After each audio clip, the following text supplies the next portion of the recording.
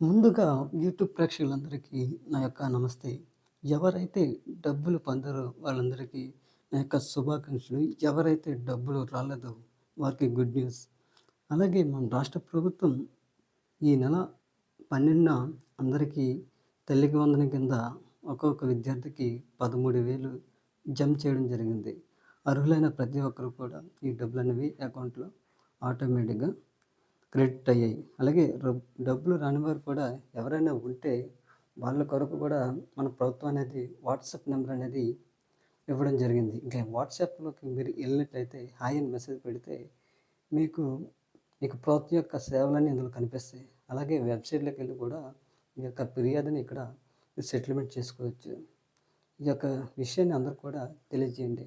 ఈ యొక్క ఈ యొక్క పోర్టల్‌లోకెళ్ళి కూడా తల్లికి వందనం పోర్టల్ కూడా మీ యొక్క ఏవైనా ఫిర్యాదులుంటే ఇందులో మీరు చేసుకోవచ్చు. అనర్హులు ఎవరైనా ఉంటే వారు ఈ నెల 12-20 లోపు మీ ఫిర్యాదులనేది గ్రామ వార్డు సచివాలయాల్లో కూడా మీరు వివరాలు తెలుసుకొని అప్లై చేసుకోవచ్చు. అలాగే ఈ నెల 25 తర్వాత మీ యొక్క అప్లికేషన్స్ అనేవి వెరిఫై చేయడం జరుగుతుంది. ఫైనల్ లిస్ట్‌గా మీకు 28 తర్వాత మీకు ఇవ్వడం జరుగుతుంది. అలాగే జూలై 5 కల్లా మీ అకౌంట్‌లో డబ్బులు జమ అవ్వడం జరుగుతుంది. ఓకే ఫ్రెండ్స్, ఇది ఈరోజు యొక్క సమాచారం. మరొక సమాచారంతో మీ ముందుంటా. Thank you for watching. Please subscribe my channel and watching. Thank you.